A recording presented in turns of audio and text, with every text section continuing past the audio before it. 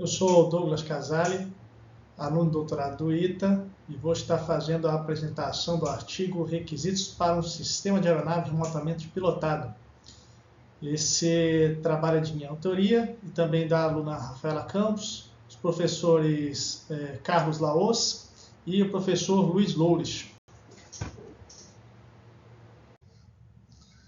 As dimensões continentais do Brasil impõem a necessidade e o desafio de se controlar 22 milhões de quilômetros quadrados. Esse esforço só é possível por meio de uma grande cooperação interagências que envolve não só as Forças Armadas, cada força singular individualmente, cada instituição individualmente, como também diversas cooperações de agências como as diversas polícias civis, polícias militares e outras no território nacional. Nesse sentido, dadas as grandes distâncias e dificuldade de acesso de vários locais, o vetor aéreo se faz extremamente importante para que se chegue nesses diversos locais em tempo hábil e que se haja até mesmo uma resposta e uma capacidade de poder de fogo para se reagir a certas necessidades de intervenção. A dimensão do Brasil impõe a necessidade e o desafio de se controlar 22 milhões de quilômetros quadrados. E isso é possível graças a uma cooperação interagências, não só com as Forças Armadas, as instituições, cada força singular individualmente, mas também as diversas polícias civis, militares e outras do Brasil e outras agências. Então, isso é um grande desafio que é possível graças a uma grande cooperação. E, nesse sentido, o vetor aéreo é necessário, dadas as dimensões do país e as grandes distâncias aqui percorridas, e também a dificuldade de acesso de diversos locais. Ele é necessário graças à sua velocidade de resposta e, quando necessário, o poder de fogo que ele propicia.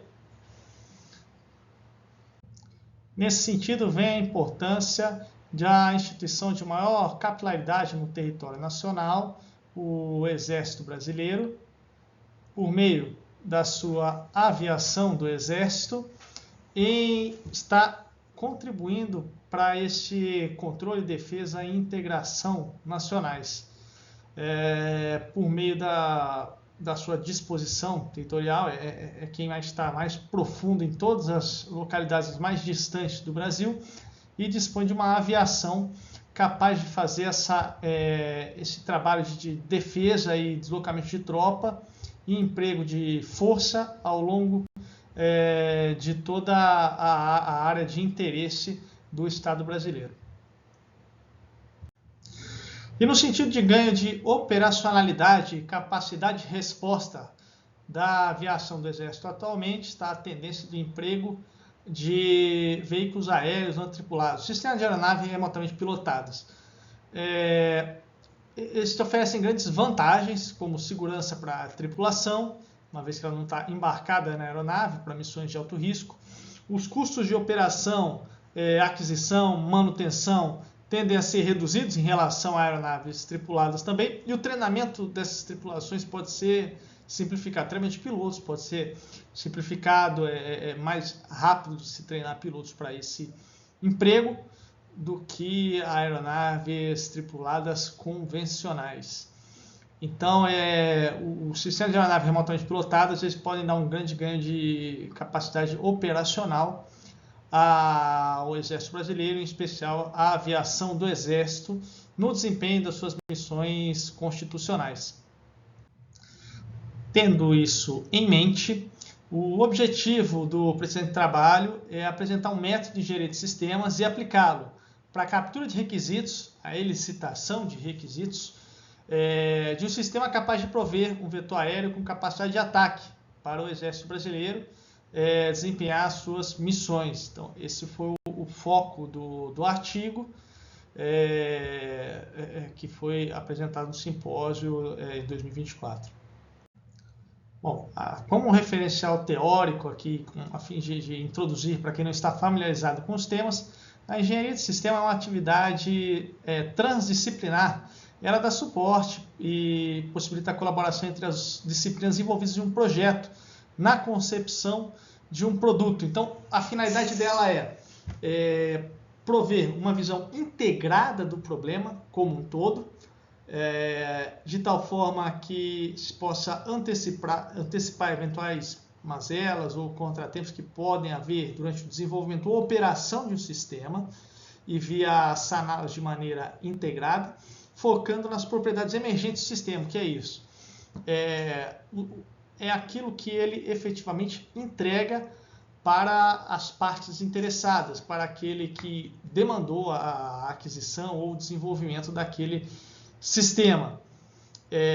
Então, todas aquelas partes daquele conjunto vai emergir uma propriedade que não é possuída ou apresentada por nenhuma das partes individualmente, mas ela surge da integração de todas essas partes. A engenharia de sistemas também ela foca no desempenho e custo ao longo de todo o ciclo de vida de um sistema. Então, como você pode ver aí na figura, o custo de aquisição do sistema ele representa, na verdade, uma pequena parte apenas de todo o custo que vai ser demandado para que se possa operar, realmente utilizar aquele sistema ao longo do tempo. Então, os sistemas militares costumam ter, principalmente sistemas aeronáuticos, costumam ter um ciclo de vida longo, e ao longo desse tempo, os custos de se operar esse sistema, mantê-lo operacional e realmente ter ali as vantagens e benefícios aí da sua utilização, eles superam muito o custo da compra inicial, né, como se pode-se dizer. Na área de defesa, os sistemas normalmente são complexos de alto custo de aquisição, e isso vem a aumentar ali a importância da utilização do método estruturado para a sua aquisição e seu desenvolvimento. Para atingir o objetivo do trabalho, foi desenvolvido o método composto de 7 etapas. Inicialmente, identifica-se propõe-se a identificação da necessidade de missão, em seguida, a definição dos objetivos e metas do projeto, sendo os objetivos são qualitativos e as metas são quantitativas. A respeito disso aí é interessante tomar um cuidado. Geralmente as referências estão em inglês. Isso aí geralmente em inglês é tratado como Goals and Objectives.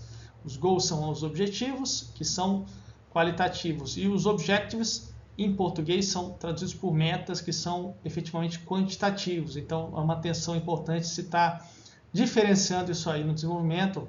Normalmente está se consultando em uma literatura em inglês, e para não se fazer confusão nesse aspecto.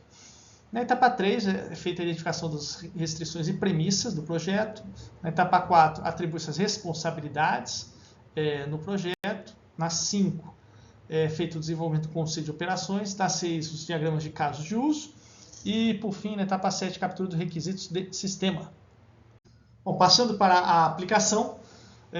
Na etapa 1 foi identificada a seguinte necessidade de missão: que o Exército Brasileiro precisa de um meio aéreo de baixo custo que permita a realização de reconhecimento e ataque a alvos compensadores de diferentes naturezas em áreas nas quais não dispõem de superioridade aérea.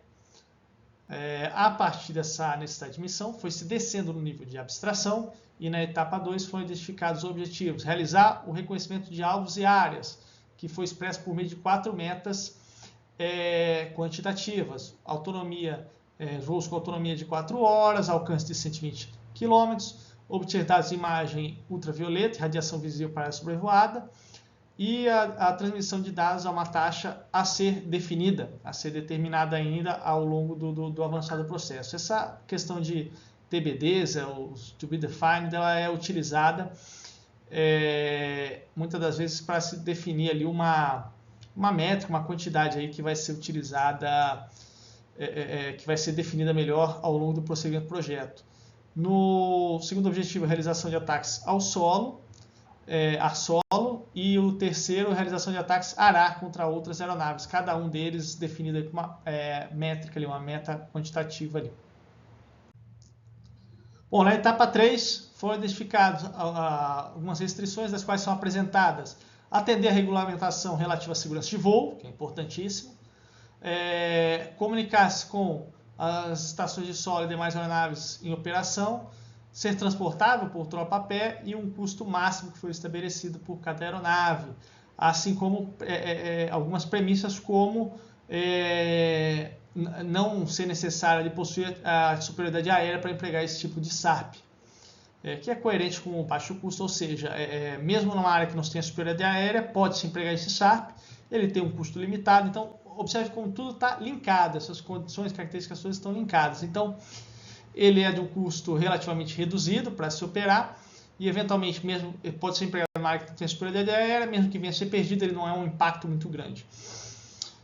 Foram identificadas também as atribuídas responsabilidades como financiador, gerente de projeto e assim por diante. Na etapa 5, foi desenvolvido o conceito de operações com 2 cenários. Um cenário nominal, né, em condições ali ideais, em que há 3 SARPs operando. O SARP B ali está, inclusive, auxiliando a ajudar a identificar alvos mais profundos ali no território inimigo. E no cenário não nominal, esse SARP é perdido eventualmente. Ele pode ser abatido, destruído, etc. Então, cada SARP aí vai fazer a identificação individual dos seus alvos e pode ser que nessa condição degradada alguns dos alvos não sejam mais atendidos, mas ainda assim o sistema tem uma certa resiliência no seguinte sentido: o sistema de aeronaves, não é porque perdeu uma das aeronaves ali que desempenhava uma missão, ele se tornou inoperante, não. Ele se adapta para continuar atingindo objetivos mesmo com essas dificuldades. Na etapa 6 foi confeccionado o diagrama de casos de uso. Aqui está, por exemplo, que apresenta algumas funções que o SARP deve ter e o relacionamento dele com outros elementos aí que operam com o SARP, né, outros SARPs, ou até mesmo com elementos hostis, como veículos terrestres inimigos, tropas inimigas. Então, dentre as funções estão as básicas, né, pousar, decolar, voar informação, detecção de alvos e engajar alvos. E o relacionamento delas, esse diagrama foi feito no software Capella, um software aberto, livre, e nele foi possível identificar-se algumas funções, bem como atores envolvidos em cada atividade. Então, a detecção de alvo, existe um relacionamento com o radar, ele pode receber dados desses radares de outros componentes, ou passar dados para centrais ali, nossos interesses centrais de controle, que vai auxiliar a dar consciência situacional no teatro de operações para o Exército Brasileiro e quem esteja operando junto. Por fim, na etapa 7, foram capturados os requisitos do sistema. Então, aqui está um pequeno extrato, diagrama também no software Capella. Então, alguns requisitos identificados foram a identificação de alvos, né, com a métrica identificar e rastrear 16 alvos ao mesmo tempo. O sistema deve ser capaz de decolar em pistas não preparadas de até 50 metros. Se comunicar com o sistema legados, esse é um requisito bastante importante, porque ele tem que ser compatível com sistemas já operantes e já existentes. Isso é muito importante no sentido de permitir operacionalidade, um requisito de interface muito importante tem que ser pensado. Bem como a existência, apresentar um modo de segurança para algumas situações e evitar de causar acidente em situações críticas. Então, são requisitos ali de alto nível, né, nível sistema, que posteriormente vão ter que ser refinados a nível subsistema e, eventualmente, componentes. Bom, por fim, as conclusões. O método foi realmente efetivo para identificar e refinar requisitos de sistema. Os modelos eles contribuíram para uma visualização mais intuitiva do sistema, na sua interação com o ambiente, os usuários e os sistemas adversos, conforme foi apresentado anteriormente, no conceito de operações e no diagrama de caso de uso. E foi possível também um melhor entendimento ali, eles propiciaram um melhor entendimento do projeto por parte de todos os envolvidos. Bom, finalizando a minha apresentação, agradeço a todos. E o artigo completo ele está publicado, é disponível a todos ali no site oficial do evento, do simpósio de 2024, do SIG edição 26. Obrigado, minhas informações de contato estão aí.